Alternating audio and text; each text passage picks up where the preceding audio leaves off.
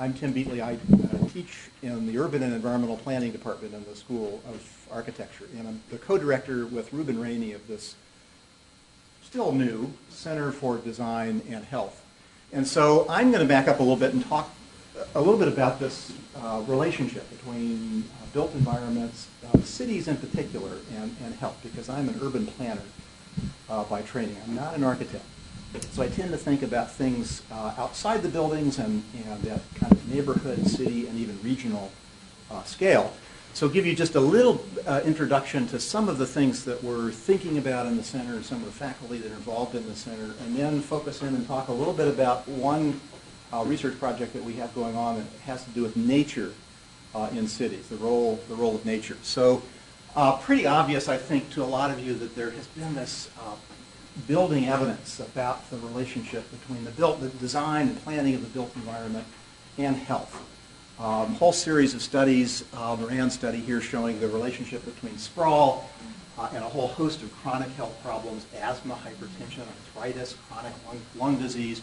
We know that background image, we know that our recent history post-World War II, especially of spreading out, of urban sprawl, of growing less densely, becoming, it seems, ever more dependent on private automobiles, although that is changing now, has meant that we've tended to be more sedentary, and we have a huge, of course, concern about obesity, rising obesity rates, and particularly in children who are not spending as much time outside and not getting as much physical activity as we'd like. So maybe not a big surprise that how we design that physical environment impedes or can facilitate healthier living and more active lifestyles. So many of us in planning are, of course, talking about how can we design more mixed-use environments, more compact, higher density places where things are within an easy walk, and we're concerned about sidewalks and pedestrian, all kinds of things that can make it easier to walk and to get us out of our cars, which is, of course, a huge challenge for us. We know just being sedentary, these are excerpts from a recent Australian study that sort of summarized everything about what we know about sedentary lifestyles. Particularly sitting at desks all day. What does that mean? Well, the conclusion of this study, even if we were able to get 30 minutes of daily exercise, which is what the Centers for Disease Control tell us we should get, that may not be enough to counteract all of the health associated things, impacts of sitting around all day. 30 minutes, you sometimes hear 10,000 steps a day is what the Centers for Disease Control. For a while, we were actually just sort of trying to see how many steps we typically got, in the School of Architecture. Sure wasn't 10,000 for the kilometers. But it's an interesting exercise to go through to see how close you are to that. So we know that environment, that built environment, can affect our daily routine. And this is Dick Jackson, actually. He's a professor at UCLA. He's actually on our advisory board for our Center for Design and Health. This is actually his slide. So heaven forbid that we get any exercise on the way to getting exercise, right? So the American approach is that we have to think about scheduling it, right? So exercise happens from 10:30 to 10:50 or 11:15, and we've got to get in our car, usually, to go to the gym to get the exercise. So we're looking at a lot of cities where that isn't the case, often European cities, where physical exercise, physical activity is sort of designed in, so you're not likely to even have to think about it. If you're walking to the store to shop, if you're riding your bicycle to work, that physical activity is integrated into the design of that built environment. So health and design, though, is much more, of course, broad than just the physical exercise. We're concerned about a healthy diet. We're in the planning program in the School of Architecture now are teaching classes in community food systems. Food has emerged. Planners have rediscovered food in a big way. So it's physical exercise, but what we're eating or not eating, that's important as well. Access to healthy food. We know there are huge social inequities there.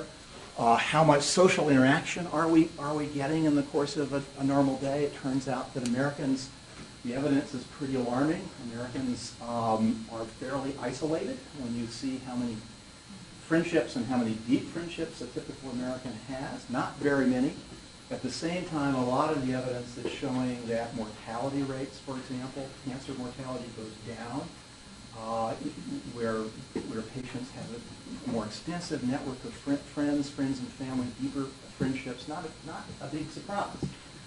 So how do we design cities and neighborhoods that foster those social interactions that help to make us healthy as well?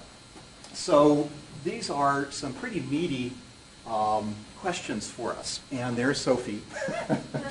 So I wanted to say a few words about our new Center for Design and Health. We're about 3 years old, I think now, Warren, something like that. And it grows out of a lot of things we were already doing in the school. And actually, our dean, Kim Tanzer, when she arrived, looked around. One of the first things she did was to get us all together and talking about sort of common interests and common research areas. And it turned out that health and design, health and planning actually was something that many of us were interested in. And then a lot of other people around grounds, of course, are interested in this. And some are in places like psychology, but of course, obviously, the medical school, the nursing school, places like that. So we thought, wouldn't it be great to create the context for bringing people together, to have conversations, to begin to work together, to begin to develop research proposals, and that's essentially what we did with Kim Tanzer's help, and actually Warren's help in getting the funding, the initial funding, and the funding that's actually kept the center going. So there is, to learn more, there is a web page, and I would encourage everybody to take a look. It's www.uva Health Design, I'm going to get this wrong, Warren, design.health.org. I'm always inverting it. It's right there. Design. There it is. Or just, here it is. Yeah, or just Google UVA Design and Health. And you'll see some of the things we're doing. We're co-sponsoring lectures. We're bringing visitors to the school.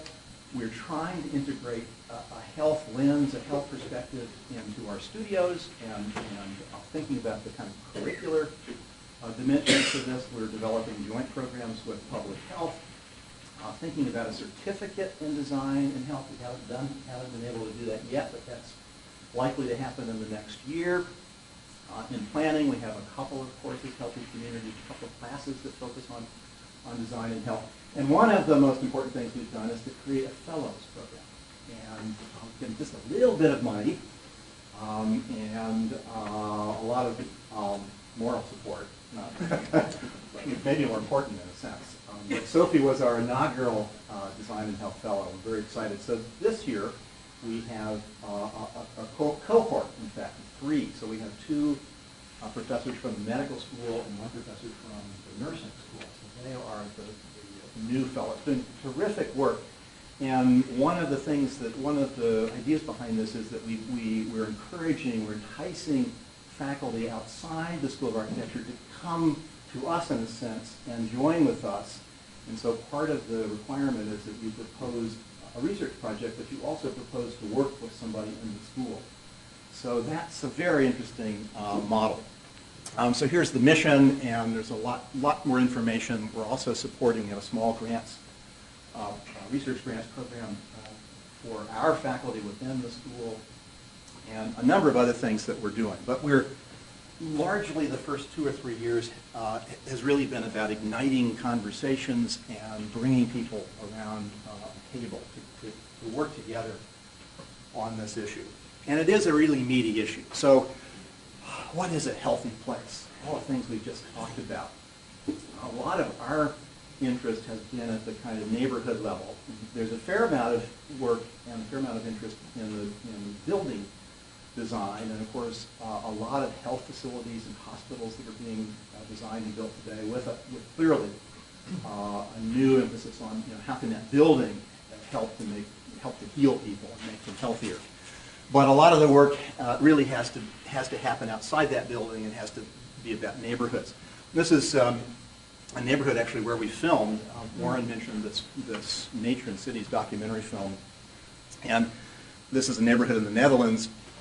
It's pretty close. So what does it include? Well, it has an orchard in the middle. It has a community farm for growing as local as you can get. Organic food, healthy food. It's compact. It's mixed use. People are walking around. There are spaces throughout the neighborhood where kids can play, in fact, and they can walk to the transit station. And it's a moderated, traffic calm kind of environment, trying to encourage people actually to think about living without that car. An integration of health services and community services in the neighborhood. So we think that the neighborhood represents an especially important scale. So I want to spend the rest of the time that I have sort of building on this and talking about a particular kind of design element at that neighborhood and city scale, and that's the incorporation of nature. Nature, the natural environment. We're sitting in a hermetically sealed room, it seems, without any natural daylight or any nature to speak of. But we believe there is tremendous power in connecting to the natural environment. So we're in the second year of something called the Biophilic Cities Project. And we've gotten funding from the Summit Foundation, Washington-based foundation, and also George Mitchell Foundation, Texas. So what does this mean? Biophilia, you may know that word, that concept. It's something that Ed Wilson at Harvard, E.O. Wilson, didn't coin the term, wasn't the first person to use that term, biophilia, but the kind of contemporary meaning is really his. This idea that we as human beings are carrying with us our ancient brains, that we have co-evolved with the natural world, and we to such a degree that we are happier, healthier, more productive when we have nature around us. And the evidence is pretty compelling. You can't maybe see this definition of biophilia. The innately emotional affiliation of human beings to other living organisms. Innate means hereditary, and hence part of ultimate human nature. We are hardwired, the argument says, to need that contact with the natural world. And it's not a nature experience that we get, that we can satisfy just on our holidays during the summer, going a week somewhere. It has to be nature that we experience every day, perhaps every hour. And it has to be in our neighborhoods. It has to be around us all the time. So a few slides just to talk about the evidence, which is really compelling in my mind and growing. This terrific body of work from Japan. They call it forest bathing. I love the concept of that you'd be walking in a forest and like bathing in water.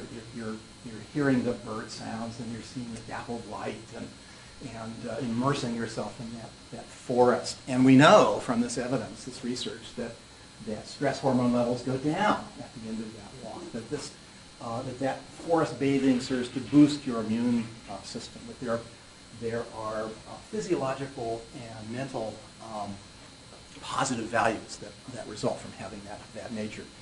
Back to the social. My argument has been that nature helps to bring us together. It's not the only thing that can, but it seems uniquely suited to helping to form friendships and helping to create the environment, the context in which socialization happens. So these are two women who are amateur wildlife trackers in Southern California. We actually followed them around. It's another story from our documentary film. And they can tell you, look at a paw print and tell you the fine differences between what a domestic cat's paw print looks like compared to the resident female bobcat we were actually tracking on that day. So we followed them around, and we actually, at a certain point, we couldn't keep up with them. We hardly could. And at one point, they went off the trail and went off into the bushes, and we were trying to follow them, and we heard this yelping, this very happy sound, and apparently they found blood on a branch. And we were close, they thought. Maybe a little bit was a recent kill by the bobcat. But these two amazing amateur trackers will tell you they've formed a friendship, a very close friendship, through this process of learning this sort of amateur nature activity. And they will tell you that the canyon, where they do most of this and where they're standing, one of these canyons in San Diego that has sort of been jumped over by development, is remarkable, the amount of nature in the center of San Diego. They'll tell you that the neighborhoods around this canyon are quite different. There's high-density housing in one place and single-family, low-density. Neighborhoods and people would not normally come together, but this canyon creates the environment in which that, in fact, can happen. So a lot of evidence about the power of urban greening in addressing urban problems. Recent study published in the American Journal of Epidemiology showing that in Philadelphia, neighborhoods where vacant lots have been planted with trees show reductions in gun violence. Very interesting, not perhaps a big surprise. The greener the neighborhood, the more likely you are to be outside, the more likely you are to want to be walking. Those are direct effects, but then indirect effects of reducing crime. So consistent reductions in gun assaults and in vandalism in this case. Regression adjustment estimates showed that vacant lot greening associated with residents reporting less stress and more exercise. Again, health impacts from that greening. And a lot of fantastic efforts in that city to do things like tree planting. So there's something called the Philly Orchard Project, where a neighborhood-based program where neighborhoods plant orchards, and they agree to take care of those trees, and the orchard becomes a kind of place for the community, the neighborhood to come together. So there's a lot of power in this nature. So this Biophilic Cities project has been largely about trying to understand what a biophilic city is or could be. So it's obviously the presence of nature. It's that nature in the urban environment, that biodiversity, the flora, the fauna, the fungi. And we know, actually, the evidence is that cities harbor a lot more nature than we sometimes realize.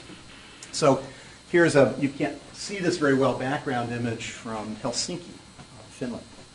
So one definition of a biophilic city is that you have access to a network of nature such that when you walk out your door, you've got nature there all around you. And then you can walk to progressively larger amounts of nature. So in the case of Helsinki, you can walk from the very dense center of town all the way out to old-growth forest at the edge of the city. So the presence of nature, we're getting better in urban planning at the metrics and at understanding how much nature we have and setting targets. It's pretty common now in cities, in city plans to establish a target of 100% of the population being within a 5 to 10 minute walk of a park or a green space, or minimum tree canopy coverage. Many cities are setting that. So become a little better at understanding the extent of the nature. But it's not just the presence or absence of nature, it's how engaged we are with that nature. Are we doing things like those amateur urban trackers? How much time are we spending outside? How much do we know about that nature in cities? How much do we actually care about it? Those things are just as important. They're a little bit harder to understand the metrics. So that's what we're working on. I'm fast running out of time, but one of our key questions in this Summit Foundation project is trying to understand how much nature and what kinds of nature urbanites really need to be healthy and happy and to lead meaningful lives. That's a really big question. There is literature and research. Sometimes we describe this in terms of the question, what is the minimum daily requirement of nature? Interesting. We don't even know, what the dosages are. We don't even know how, what constitutes a dose or a serving, if you will, of nature. So we're trying to kind of pull that apart. And is it when that bird flies in front of you as you're walking to your car or walking to the bus? And is that one serving? Is it two birds and a green roof? Is it 2 birds, a green roof, and 4 trees? what combination of things represents that dosage, that minimum required nature that you should get, and how often do you need it? Is it every hour, every half hour, every day? So we've been conceptualizing this a little bit in terms of what we're calling the nature pyramid, and my colleague Tanya Danko-Top really had this insight. So her idea, we've taken it in a little bit different direction, and it builds on the food pyramid. We all know about the food pyramid as a way of giving some guidance about what a healthy diet should be. Those things at the top of the pyramid, it's a little irritating now the USDA is going to plates. They're moving away from pyramid. I don't like pyramids. So we know you don't want to diet at that top of that food pyramid, the things that may be good for you in small quantity. You want to build your diet with those things at the base, so the fruits and vegetables and grains. So what are the analogous elements for a nature pyramid? We don't want you may be able to go off to Costa Rica and immerse yourself in a cloud forest. You may have the income to do that. We can't afford for you to do that. We can't afford the carbon footprint associated with everyone doing that. Moreover, we need to think about what that diet will be, where you live, the everyday nature, the nature around you. So we've been trying to think about what is it that's at the base of this nature pyramid. It's kind of interesting. This idea seems to be resonating. One of our partner cities is Singapore. And Singapore decided they liked the pyramid, and they decided they wanted to make their own version of the pyramid. So this is the Singapore version with Singapore butterflies in Singapore. So it's kind of interesting. I get this question all the time. Well, is there one diet, or are there nature diets dependent on region and city? Is it like the Mediterranean diet? You have a different food diet for different cities, and that's clearly true. You think about different climates and different bioregions, and the fact that things like green roofs are great, but they don't work so well in Phoenix, for example. So this is a big question. I don't have a great answer for you, but it is true that there are many exciting things that cities are doing around the country and around the world. My last few slides just give you a little flavor for some of the ways that cities are designing planning in nature into their dense urban environments, and these are actually examples from our partner cities. So here's another website for you to visit, www.biophiliccities.org. We have a Biophilic Cities blog every week, an e-newsletter every month. There's one just about to come out. If you go and add your email, we'll send it to you. And that's Biophilic Cities, so 2 C's altogether, .org. I think I have a final slide that has it on it. So we have partner cities from around the U.S., Milwaukee, Portland, San Francisco. We have partner cities around the world, so Oslo, Vitoria-Gasteiz in the Basque Country in Spain, Singapore, Wellington, New Zealand, and they're all coming to our big launch event in October. So October 17th to 20th. If you happen to be around and would like to attend that, it will be a terrific 2 or 3 day event. So Luis Arribe heads the environment program for Vitoria. So they have become famous for their green ring, this amazing kind of green belt that wraps around the city. But now they want to bring that nature into the center of this very dense city. And they're imagining what they call an interior green ring. So they've identified places where they want to do things. And the first project is going to be daylighting a stream, a river that used to run right through the center of town. So it's underground in a pipe, and they're going to bring it back to the surface and bring it back to life. So Vitoria-Gasteiz, one of our partner cities. Oslo, amazing story here. 2/3 of the city is in protected forest, and very easy to get to that forest. And the latest chapter is a very bold green plan to do the same thing, bring their 9 rivers back to the surface, connecting the forest and the fjord in that city. And a pretty remarkable urban trail system as well. And this is an image from one of the trails on the left. You wouldn't expect that you're just a few hundred meters away from dense urban neighborhoods there. San Francisco, doing some pretty amazing things to reimagine small spaces in that city, already a very built up, dense city. Well, they started something called the Parklets program, and a parklet is taking a 2 or 3 on-street parking spaces and converting those to new parks. What an interesting idea. So this is one image. This is the first residential parklet.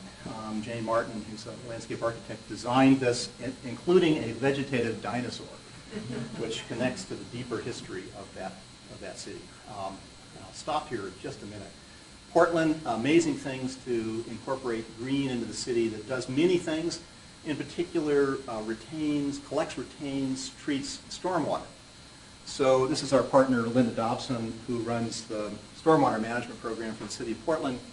And she's standing in the courtyard of a building, of a apartment building called 10th and Hoyt, where all the water that falls on the building is collected and then sent through a series of runnels and interior funny little public art elements, and the residents come out and listen when it rains. Interesting idea. By the way, biophilia is multisensory, so it's as much about what we hear and smell as it is what we see.